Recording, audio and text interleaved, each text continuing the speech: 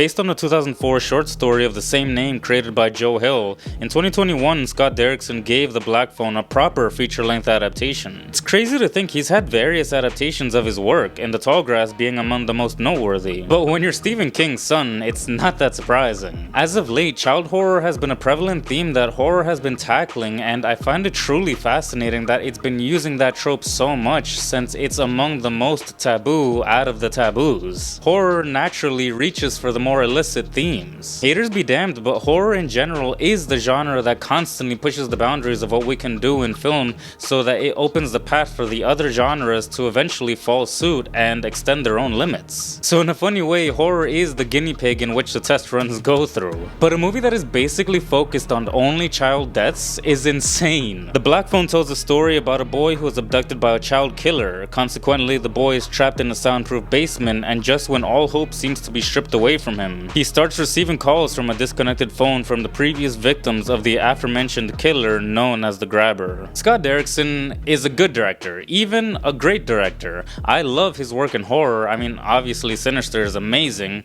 He's even dabbled in the MCU for crying out loud, and even this year's The Gorge was a lovely movie despite its messy second half. Suffice to say, the guy has range as a director. Whatever your opinion is on him, his technical abilities and style, it's hard to argue that he truly excels at bringing to life these weird, almost absurd, fantastical concepts. Just thinking about how contrived and convenient it is that the fallen children can essentially come back and aid you at beating the antagonist sounds unfair, but he is so smart at making it feel balanced and still making the antagonistic force feel insurmountable. It's impressive that not only did this movie not fall on its face, but it's actually got a really strong script. And one of the most important pieces in a movie, sometimes even more important than the screenplay, is the casting process. Growing up, I remember watching movies with child actors and thinking, okay, they're not doing an amazing job, but it was okay, because they're kids.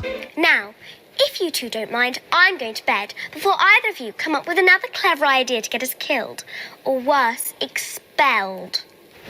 But over the past few years now, the bar for expected standards of child acting has skyrocketed to the point that there's virtually no difference between what to expect from adult acting to kid acting. I don't know if Stranger Things was the catalyst for this. Like, sure, there were definitely some standout performances before then, but across the board, it seems after Stranger Things, things got serious. And it's one thing to have a single strong kid performance where they can usually play off the strength of the adult actors in the movie. However, Black Phone is one of the rare cases where it's a majority kid actors, and they absolutely kill it. It's so impressive how mature the actors feel in this film. You feel every emotion, fear, anger, sympathy, and all without them ever really feeling precocious. It's also worth mentioning big props to Scott Derrickson for putting his trust in the kids to make this movie work, because really, it would have been either a success or a really big poop stain on his filmography dependent on their performances. By this point, Madeline and Violet McGraw have proven that they have the talent required for these movies. I mean, all the McGraws have their own credits, but in particular, Madeline and Violet show so much promise. Mason Thames was also really good, and it's great to see that he got opportunity from this role. I mean, for the most part, the new How to Train Your Dragon was received pretty well, and landing a role in DreamWorks from only really having The Black Phone as your major credit must mean that his performance was that strong. Some of my favorite sequences in the film is those survival/escape attempts with Finney. I adore when a movie shows me a smart and brave and capable character that tries their hardest in an impossible situation. Really reminds me of something like The Green Room, which is an amazing movie as well. Ethan Hawke is such a performer. I feel it's not often when you can find an actor that is capable of playing such different roles as well as he does. You have the Before trilogy that obviously has its own tones and are probably considered his best work, but then you look at Sinister and The Black Phone, which are polar opposites in terms of what his roles are, and you're like, oh no,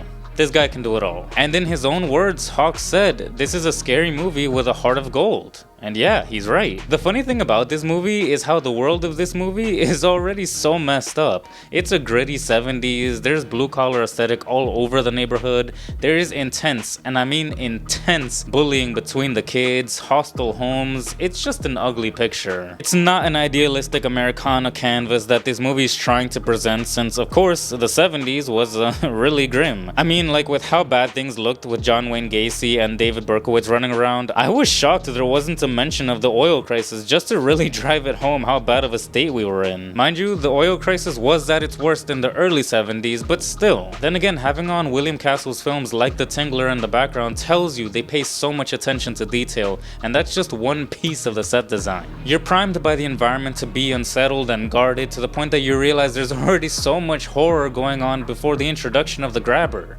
That's great world building. Like I said before, Ethan Hawke is brilliant in this film, and the idea of a simple change of masks depending on his mood was such a perfect inclusion. It's simple yet so effective, and I mean, a godfather of horror, Tom Savini, designed the mask. Truly, what more can you ask for? And more than the design behind the mask, I love the significance of what the mask means. Thinking about the time this movie's supposed to emulate, that being the 70s, the grabber using the mask as a way to disassociate the human from the monster is so smart and clever. Throughout the movie, you see how he constantly changes variations of the mask, or hell, he'll even remove the mask entirely. But because he's the one that's doing it, he's in control. The moment it's done involuntarily, it all shatters. You can even tell how psychologically important the mask is to him solely based off the fact that even though he's taking physical damage, the removal of the mask takes up his priority and swallows his entire focus. He no longer has that command and control of who's doing what. That's amazing writing. Dear Lord, do I appreciate when a director understands how to compose strong, well-timed scares. There's no need to shower cheap jump scares all over the place just to get an audience reaction. He understands that not only is it true that sometimes less is more,